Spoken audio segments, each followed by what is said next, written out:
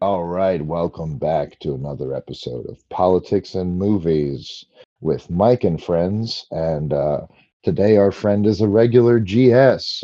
Say a few words about your life. I'm very irregular. Good. Thanks for asking. Are you a patriot? Does the maple leaf spring out of your chest every time you hear the national anthem of Canada? Oh, I don't believe in countries. That's fair. I don't believe in borders. The bookstore, because it no longer exists. Today, we're talking about the blockbuster action spy film True Lies from Oh, 1994. I thought we Yeah. were doing Howard the Duck. Oh, God. No, I didn't watch that one. Okay. We're talking about True Lies, the James Cameron film from 1994, based on the 1991 French comedy film La Totale. That's the best French you're gonna get out of me. Okay. So yeah, and it's of course it stars Arnold Schwarzenegger, Jamie Lee Curtis, Tom Arnold, Bill Paxton, Art Malik, Tia Carrere, Eliza Dushku, and Charlton Heston.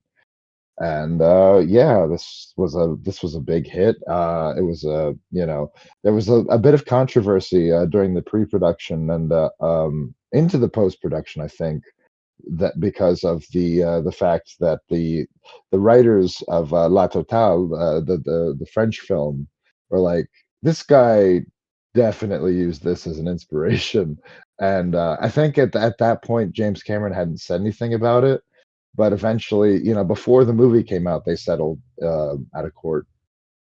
So uh, Well, anyway, no, some the issue was La Totale using another unproduced screenplay as its inspiration.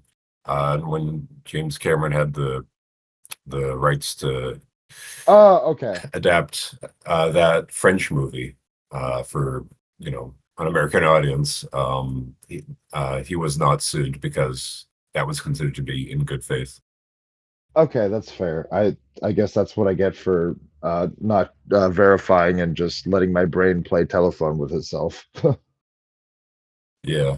Well, it is sort of a Ugh. game of telephone, and one screenplay leading to a French movie, and the French movie leading to the American movie, and the original French guy being very American and suing everyone, Yeah.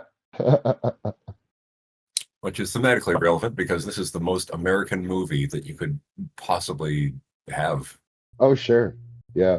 I thought you originally gave that title to Air Force One. Well, it just doesn't have the same gross excess. Okay. I don't know. I, in some ways. Okay, I'll give you that. Okay. Um. Like, this movie is so over the top Yeah. and so absurd and Yeah. so full of action set pieces and jingoism and Right. just Everything. Yeah. it's a beautiful artifact. Belongs in a It, museum. it really does. It's it's a strange, brilliant masterpiece coming from James Cameron, who at that time, was mostly known for, sci-fi action films, and then he comes out with this, and everyone's like, "What the fuck?" You know. But anyway, I digress. Is there anything, like in general you want to say, or anything you want to leap into first? This is Before the least political movie of all time, I think, also I, somehow. yeah, the least and yet the most, right?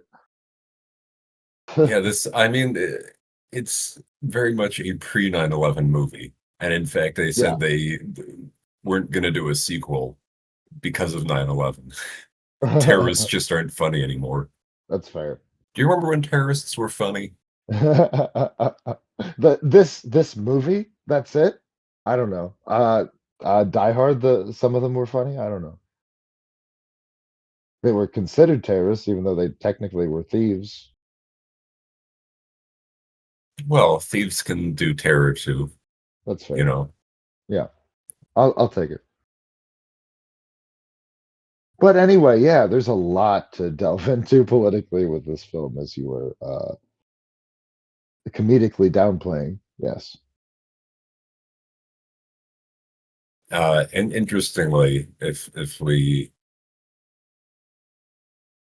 are using the broader definition of the political, Yeah. the movie has far more to do with. Um, oh my God, I actually got 8 hours of sleep today. Now that you believe it, feel less articulate than yesterday. Oh man. Ah, Take your no, time. it's not coming out. Okay. Conceptual constipation. Fair. Jesus, take the wheel. 'Cause I can't do this on my... Oh, interesting aside. It was the first film to cost $100 million. But Yeah, it it's got so many effects shots, like yeah. practical and visual. Oh man. It's and Yeah, the scale of some of the sets and the set pieces sure. is, yeah, it's a monument to excess. Yes. It's Yeah. the popcorn flick. Yeah, yeah. Michael Bay, eat your heart out. Yeah, I think this is the movie that Michael Bay has his whole career been trying to make. Yeah. This is the blueprint. Absolutely. Uh, but yeah, it doesn't really matter though because it's a good movie. It's a good action film. Yeah. Uh, I I watched it, God, countless times growing up. Like whenever it was on cable, really. Dating myself. But anyway, yeah. So I mean, we could even like this movie is so thick, so dummy thick, if you will. We can go to the very first scene. Would you like to do that? Take me to Switzerland. We're in Switzerland. There's a We'll have a party. ball. Yeah. And we're not invited. No, no. But we can use the service door because the guards are fucking worthless.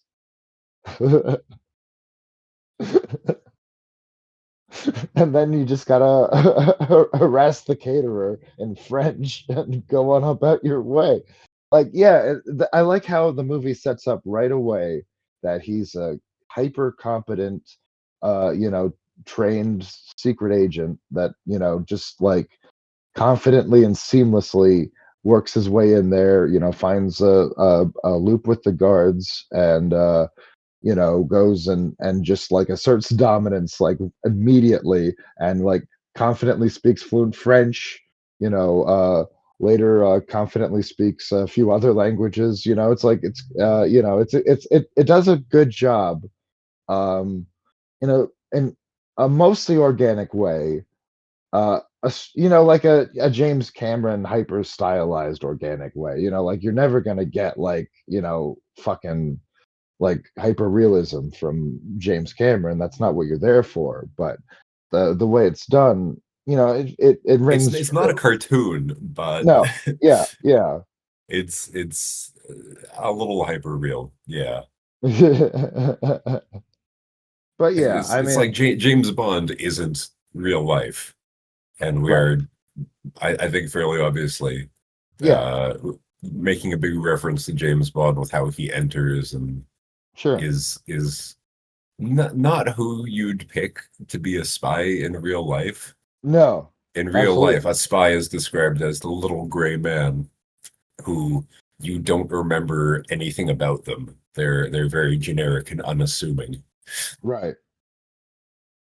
but there's little shades of realism there. Like I think an interesting detail early on is um anyway, what I was saying is there's little shades of realism here and there, like the um Faisal saying that he was you know you know, born in a whorehouse, you know, like he's the agency picks these dysfunctional people who it thinks they can hone into, these agents or these assassins or warriors or whatever they need them for. And it's interesting because there were definitely aspects of that in real life, in espionage, but also in obviously the military, where you enter boot camp and they completely break you down and make you part of the unit. You're not an individual anymore. It's like a similar concept, except it's more like uh, you know um, instead of like a blunt instrument, it's a scalpel. I think is a decent analogy. Yeah, well, more like a Swiss Army knife, I suppose. As I Bill guess. Paxton says, it's all the training, you know. Yeah.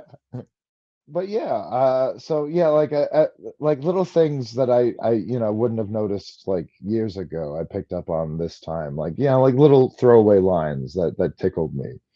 Um, but like that one, or there was one that I liked that I had thought of a few seconds ago, and now it's gone. But they exist. You can watch the movie, and they'll find you. I don't have to find them for you. I Yeah, don't have. watch this movie. Yeah, please watch the movie if you have. I mean, you shouldn't be watching this far in if you haven't seen it anyway. But uh, And I even if you have digress. seen it, watch it again. Yeah, yeah, just watch it now. Whatever you're doing, you could be flying. Do it now. Do it now. Get to the chopper. Sorry, I had to. I had to. It's in my contract that I wrote. You know. Good. Yeah. So, how do you feel about this film? Warm and fuzzy. Good. I mean, it is a relic from a different time. So Yeah. it's got that a time capsule nostalgia quality to it. Yeah, It's it's got Charlton Heston as a quote unquote badass, like it's fun. It's got fun casting. it Um, does. It does. it's got everything. Yeah. It's even got themes. Holy shit. Yeah. And it's like 2 hours and 20 minutes long. What the fuck? It feels like it's 3 hours long with all the stuff they cram into it. I know, but it's so good. Like it's not like one of those things where, oh, this feels bloated and a mess. It feels like I want more. I'm craving more. I don't know. It kind of does feel a little overlong Okay. toward the end. Uh Or like it could have concluded, but then James Cameron did another line and he was like, no, more.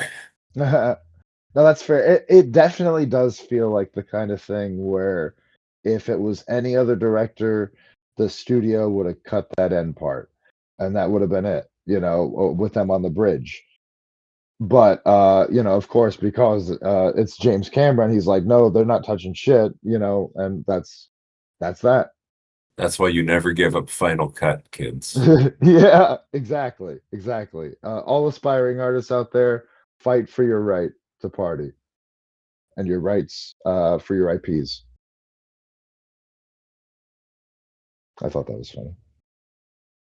So I suppose we might as well get into it. Sure. What thoughts are you having? Well, okay, from the angle of politics, I think there's two major things. One being Okay.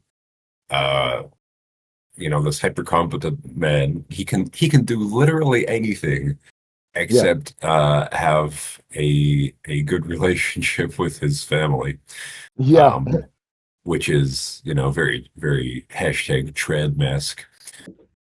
Yeah. And the other being, more to do with the rest of the plot, the trouble in terrorist town, where the scary brown man steals WMDs. Right. And you know, during his little monologue into the camera that runs out of batteries, Yeah.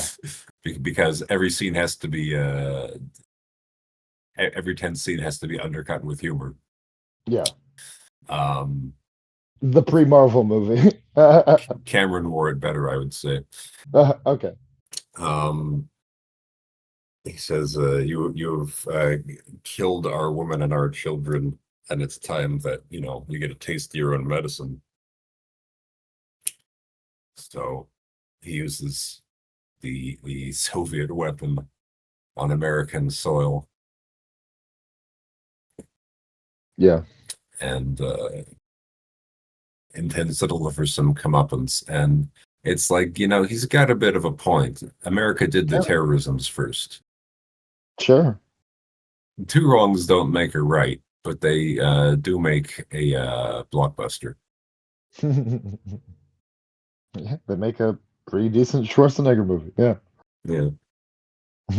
So he's not exactly portrayed as a sympathetic character.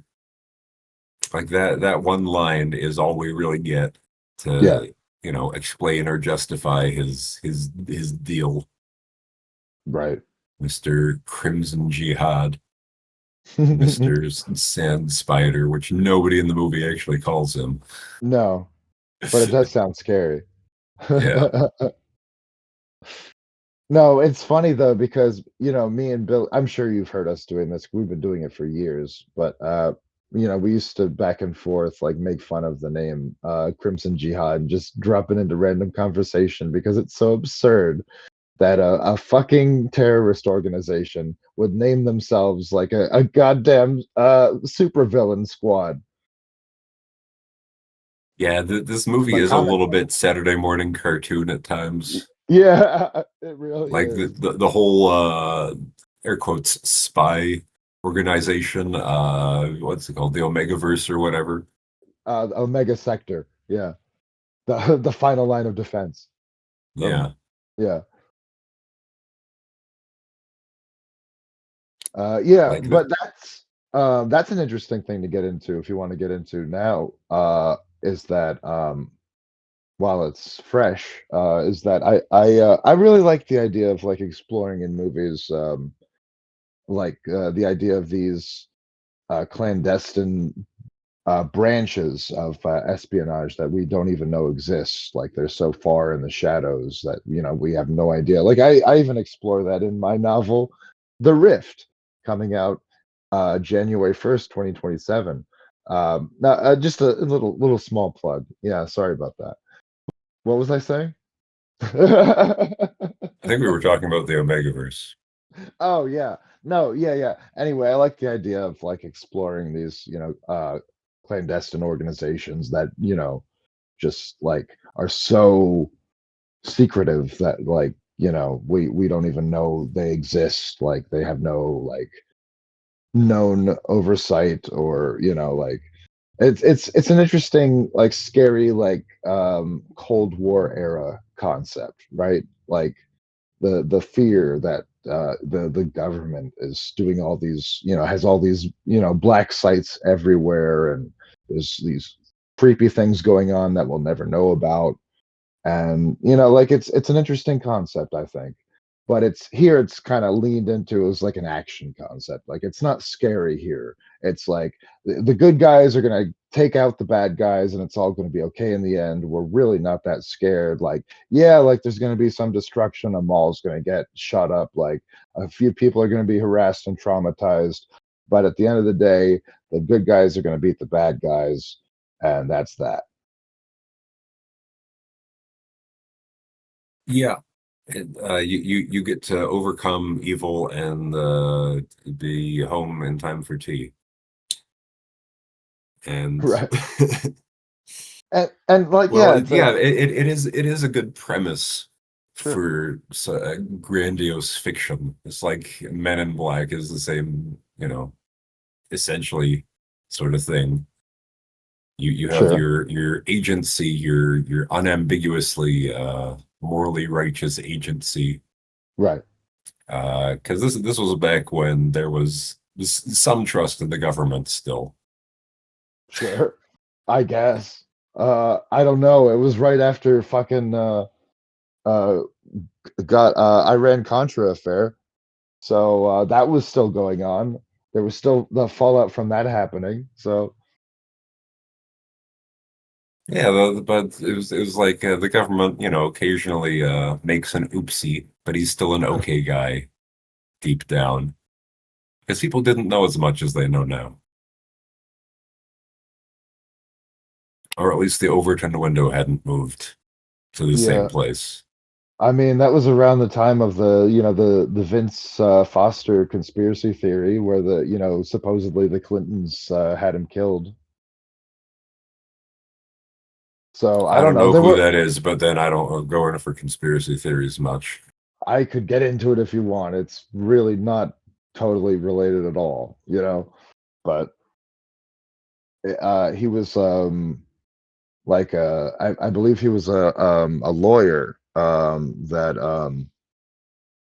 had was involved with the Clintons, and he knew some stuff, and he was like trying to get out or something, and then he was found mysteriously dead in his car in like the middle of the woods or something, and like it was supposedly suicide, but like it was just very strange.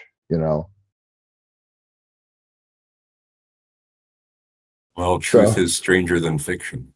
yeah, who knows, right? It's a conspiracy theory. But anyway, back to the movie. We have conspiracies in here too, but not in the unsanctioned way, I guess, unless you count the terrorists. Um, but yeah, I think it's interesting how espionage is represented in this movie. It's not necessarily seen as like I don't know, like It's Fleming, not Le Carre. yeah, exactly. It's not dystopian. It's just exciting. There's action, it's happening. It's let's go. This is the best way to do this thing. Like, oh yeah, there's gonna be some fallout from a few rotten apples and misappropriation of funds and a 6-week mission getting blown because of a guy getting blown. Stuff like that is okay because at the end of the day, we're going to get the job done and we're going to stop the bad guys. And then, yeah, 9/11 happened. And that is a good reason not to make a sequel because that entire message is invalidated by the existence of 9/11 in real life. Is it? I don't think you should take anything too seriously. I think it's I, more a matter of market appeal, right? well, I'm not, People I'm would not say, taking, "Oh, it's in poor taste," but you don't have to make the sequel about terrorism, no, that's right? That's fair. stupid. Yeah, that's right. You can pivot. You can pivot. A good screenwriter wouldn't, right? A good screenwriter would find, some other group to be like, oh yeah, well, it's gangs in New York, whatever. Scorsese's involved. I mean, how often James Bond deal with terrorists, like per se? Yeah, I mean, is Blofeld a terrorist? I think I would call him one. I don't know.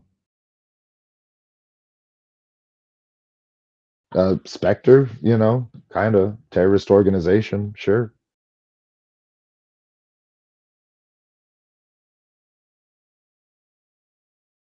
But anyway, if we get too far into the weeds on James Bond, we can always jump back into how do you feel about You can jump back into Jamie Curtis's short skirt. that's so funny because I was going to ask about her character. Yeah, well, aside from the terrorism, that is the other major thing in the movie, right? Yeah, This hyper competent man can't. Well, he's gone a lot of the time for one, right. which doesn't help. But he can't relate to life at home. Like he cares about his wife and daughter, or at least in his head he does, even if in his Yeah, actions he's a bit negligent. yeah, But sure. his heart's there, even if he's not really backing it up. And we very much see this in how he's shaken when he thinks his wife is cheating. Right, right, right. He's completely blindsided. He's not like cavalier or glib about it like Tom Arnold is. He's this is a shock to him because this relationship actually meant a lot to him. Just well, he because he took it for granted at he least. did, he did. But yeah, that's what I'm saying. Like he didn't realize, that it meant so much to him until that hit him. At least Oh, that's my theory. maybe he did, Yeah, who knows? But but you know, he couldn't quite have everything without putting in the effort, sure. and it's you know a little bit more high maintenance than uh,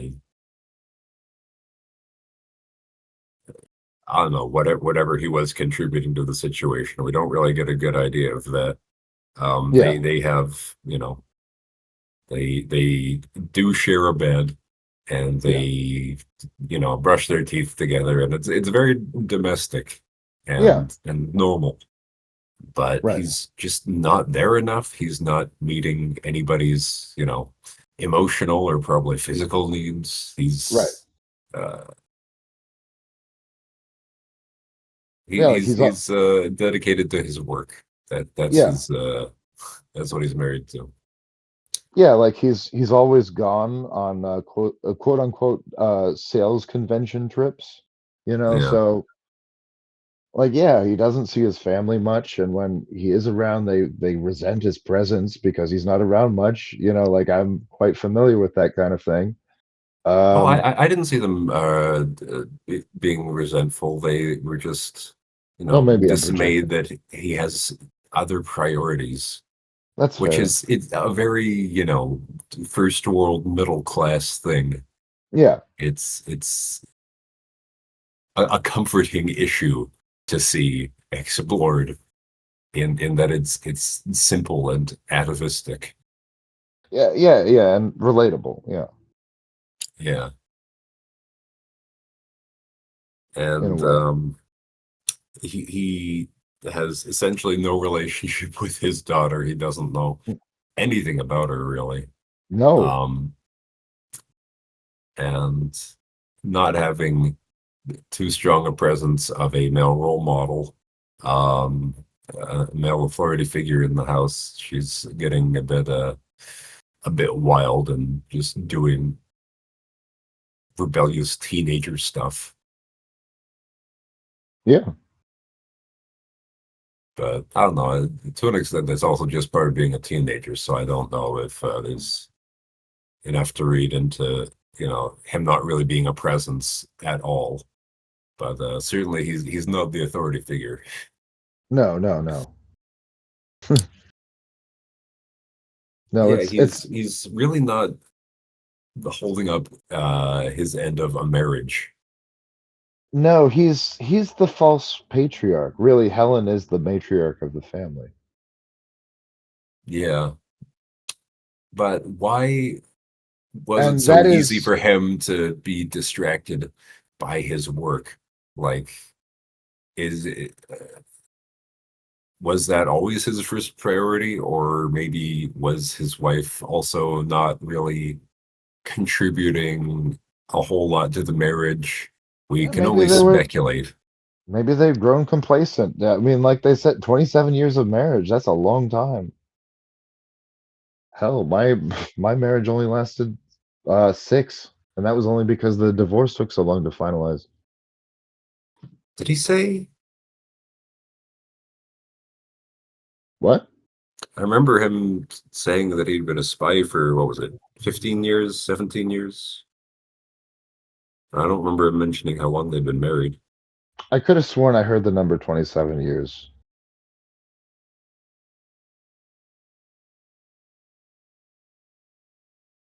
But anyway, they've been married a while. They could be complacent. Yeah, If and you, being a spy maybe gave him what she felt she was missing. yeah, So he was getting all of his needs fulfilled while no one else was. So right, that's a bit right, selfish. right. And that's why of course, the arc at the end is so important because the whole dynamic is now much more healthy and sustainable. With Yeah. them, yeah, being partners.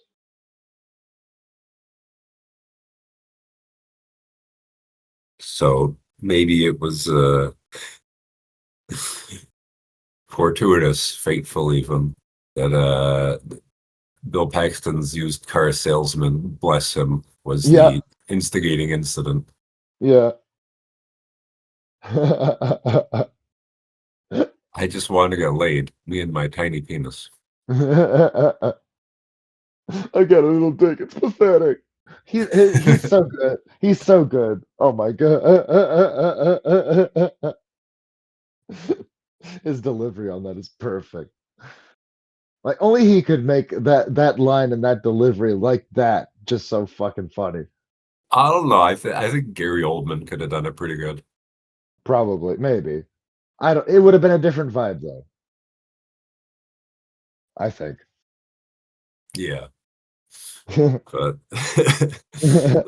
that character being, such a great foil for so many of the themes Right. and dynamics is really pretty neato.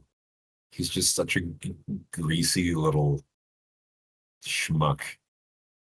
He's a literal used car salesman, like it's as stock as you could get. But the wrong man in the right place can make all the difference in the world. Right. It's true. That's the joy of acting. And sometimes it's okay to misappropriate funds if it's for a good reason. Like you think your wife's cheating. Yeah. Well, to be fair, it did lead to helping them in a roundabout way, catching the terrorists. Yeah, the only oversight here is Charlton Heston with an eye patch. Yeah, and he does a really kind of mostly hands-off job. Yeah. He just shows up for reports and then he's like, "Okay, carry on." He gives them a stern talking to. He scowls a lot. He's a dominating male swinging dick presence. That's his entire, facade, his bravado. He has to be the biggest He's dick in he's the the room. alpha of the Omegaverse. Yeah, yeah, yeah. That was good. That was good. Oh god. Of course, we had to mention wolf porn. That's not what it is. Uh huh. Exactly. Uh huh. I think. I'm not an Mm-hmm. expert.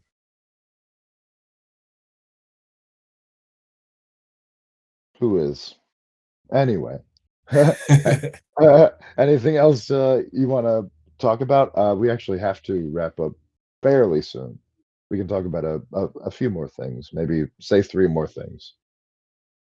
So I'll let you decide because I know you were passionate about this one. Well, I just think it's fun. It's a lot of fun. And I hate Yeah. everything. So if I think it's fun, then it objectively is. Okay. No, no, it is fun. It is very fun. Yeah. Like it's that kind of like it's the kind of movie you don't get very often where it perfectly executes one thing, even if it like maybe attempts a bunch of different things. It perfectly executes one thing. Well, I think it has like just the way it integrates its two major concepts. Like it does the terrorist plot, which could have been a movie on its own, and it does the his marriage is falling apart because he's too dedicated to his work thing, and it just I don't know, it's peanut butter and jelly. It's Right. they're both fully explored and developed, and Right. it's so simplistic in its themes, but it's Yeah. just so you know really milks them. Yeah. In screenwriter terms, we would say the A plot and the B plot like blend together perfectly. It's like seamlessly. It's great. To the extent that it seems like one plot, Yeah. and it's just the but That's all right. I guess it would also be useful to talk about his work wife, um which the movie explicitly sets up that Yeah. being the dominant relationship in his life when like this guy just shows up in his house randomly and hands him his coffee and he says thank you dear, and you know his colleague is a bigger part of his life than his actual family. Yeah. um and it's a good thing that the movie goes out of its way to establish that they're both straight. Very straight. I've been married 3 times, 6 times, 9 times. Fuck. No, Mostly to women. mostly. No, but speaking of Tom Arnold's character, I think, in my opinion, this is the only movie where his shtick works perfectly. Like, and you might say, "Oh, well, no way you've seen another Tom Arnold movie." I grew up in the '90s watching cable. I saw Carpool. It was awful. I saw others that I've blocked out, but I can tell you, this was it for him. So after this, that was it. Wasn't he on Roseanne? Yeah, he was in 20 episodes. Wasn't that before this? Oh, just before 89 to 93. Yeah, So I guess you did say after. yeah. Yeah, I can't say I've seen Ape versus Mecha Ape personally, or Queen of Meth. Well, some might say, "Oh, he had that fun cameo in Austin Powers." I mean, whatever. Where he's coaching him, like because he thinks he's taking a shit when he's really fighting the Irish guy and shoving his What? head in the toilet. Yeah, from Austin Powers, the first one. I okay, maybe I haven't seen that movie and I just thought I did. Does it sound out of place for a Mike Myers movie? I did. I don't want to think about it. Fair.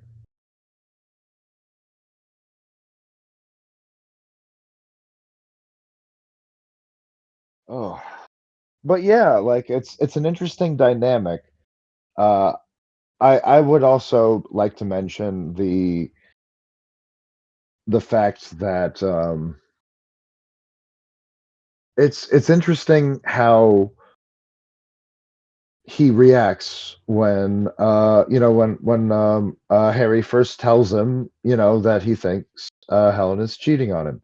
He's like immediately he tries to like reassure him that like, oh no, this happens to everyone, and he tries to downplay it. He tries to like joke it off, and then like when he sees that isn't working, and then Harry lashes out. That's when he drops the funny demeanor, and he's just like, hey, like she's a flesh and blood woman, and you're never around. What did you expect, dude? And Yeah, like he's I think already that, been through all the stages of grief yeah, a few yeah, times. right, right. But he's a bit of a putz. He's also married to his work. Sure, yeah. Not saying he's not a hypocrite, sure, but like he still plays an important role in Harry's life. Yeah, they're there for each other, and that's what Yeah, really matters. yeah. So one more thing. What do you got? I wonder if it was intentional because the movie has a lot of scary brown men. To Yeah. also have a nice brown man as one of the good guys. Oh, He's the hacker. He's the technical guy. He's the that's funny. Thank you, because that was something I wanted to talk about, and I just blanked on it. I should have written that down, but that's okay. You go, go. Well, I mean that's all I really had to say about it. Is I wonder how Yeah. intentional that was. Oh, I'm sure it was. Like he does a perfectly good job as the character, but I wonder if that character was added. Um, like the character's not integral to any of the plot or themes or anything. No, But he structurally in a lot of scenes, most of his scenes serve as comic relief, except for obviously the scene at the end with the hostages. But yeah, like I do think it's very interesting. it's also funny that Tom Arnold's like, I've been in the seat for 15 years, Harry. And then technical guy, the hacker, is the one who actually gets to go in and shoot people. Right, right. Yeah. Yeah, Yeah. it's little funny moments like that. It's a funny movie. Like it's like damn, like James Cameron made a good comedy. Yeah, it's an action comedy. Yeah, It doesn't take itself too seriously, and I think that's important. That's where a lot of big action movies go wrong. sure. And you have to actually be able to write funny stuff for that to work.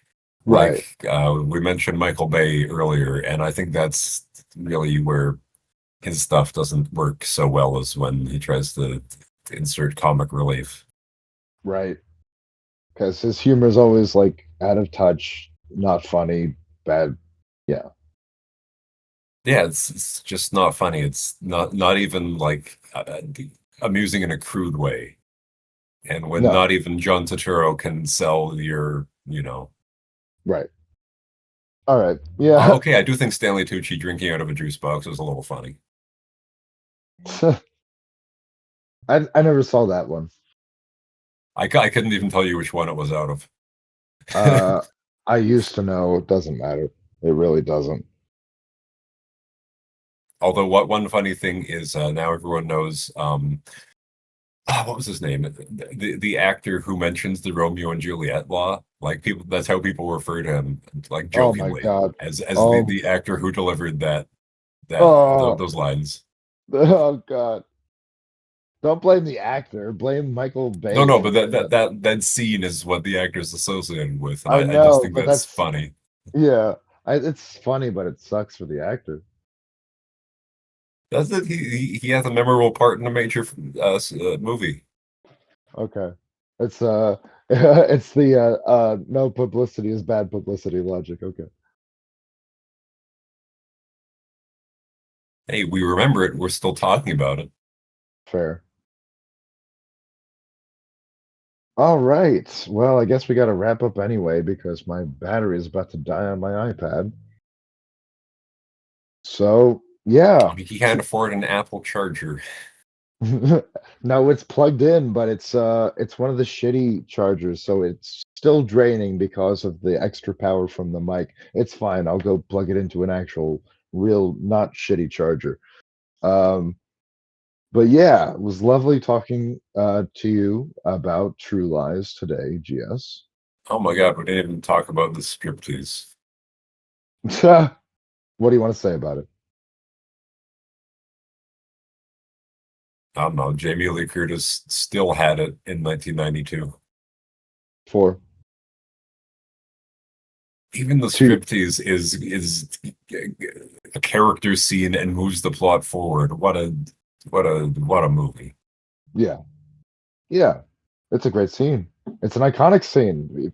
Shit, people And still talk it's about it. important for the character too because she is put in this situation, but embraces it and runs with it, and puts her in touch with a part of herself that I don't know if she'd ever explored before.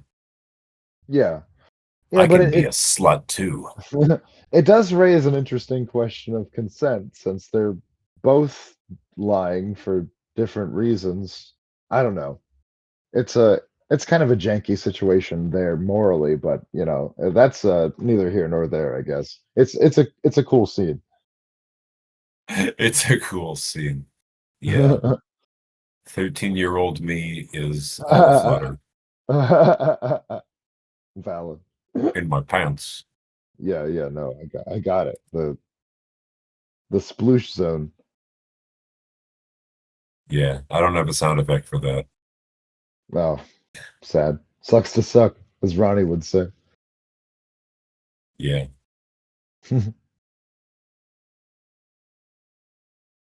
All right, man. The one major issue that Yeah. the major criticism that people have of this movie that's valid is in the interrogation scene, like when the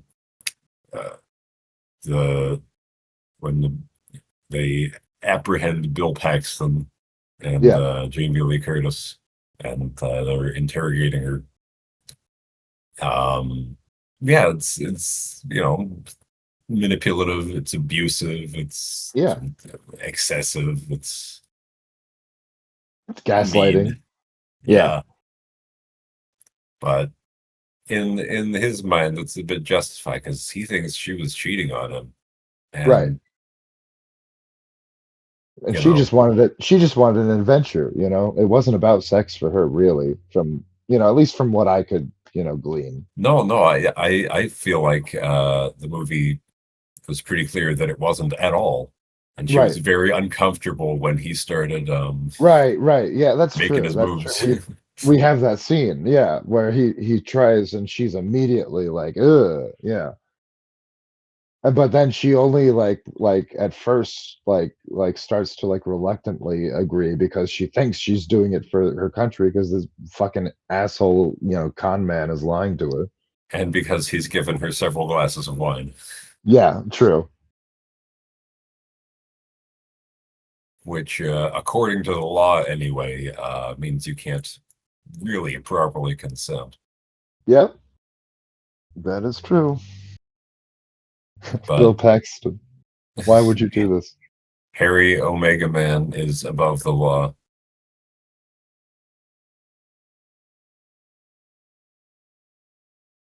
And so am I.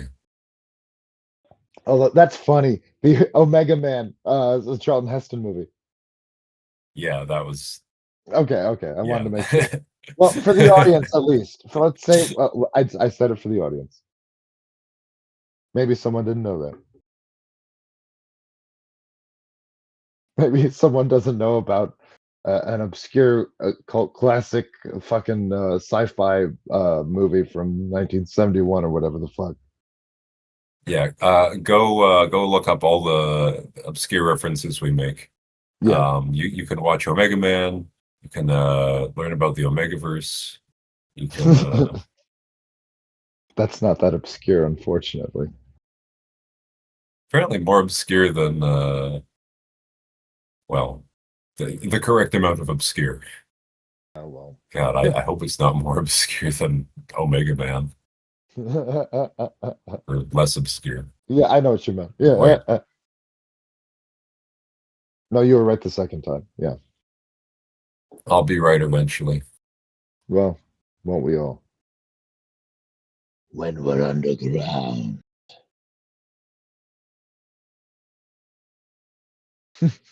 All right.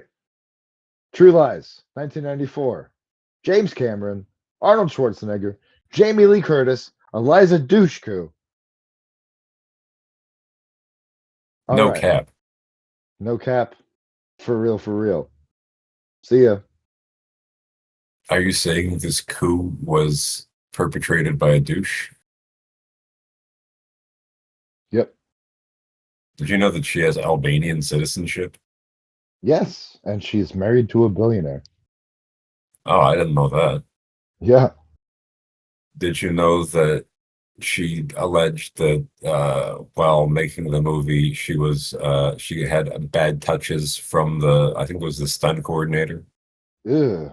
No. I might have heard something about that years ago. Yeah, it was a Me Too thing. Okay. Yeah, no, I think I do remember that was one of the reasons she got out of acting, right? Because she was tired of all the like physical and sexual abuse.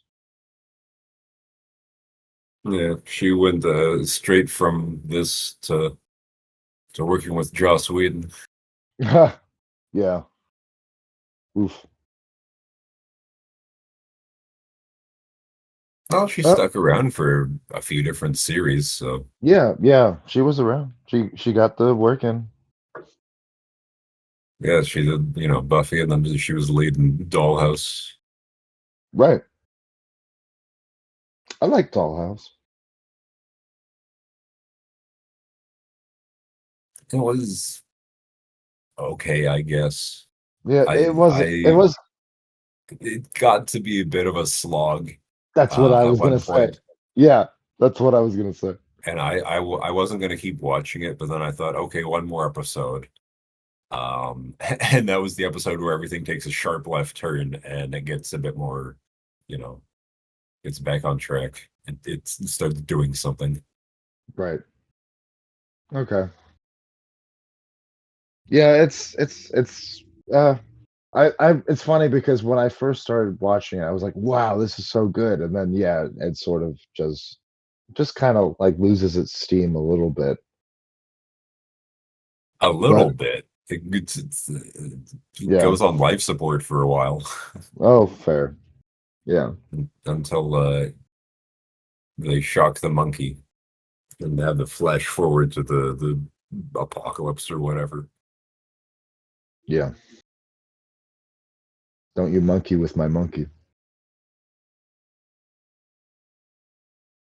All right. We got to go now. Bye.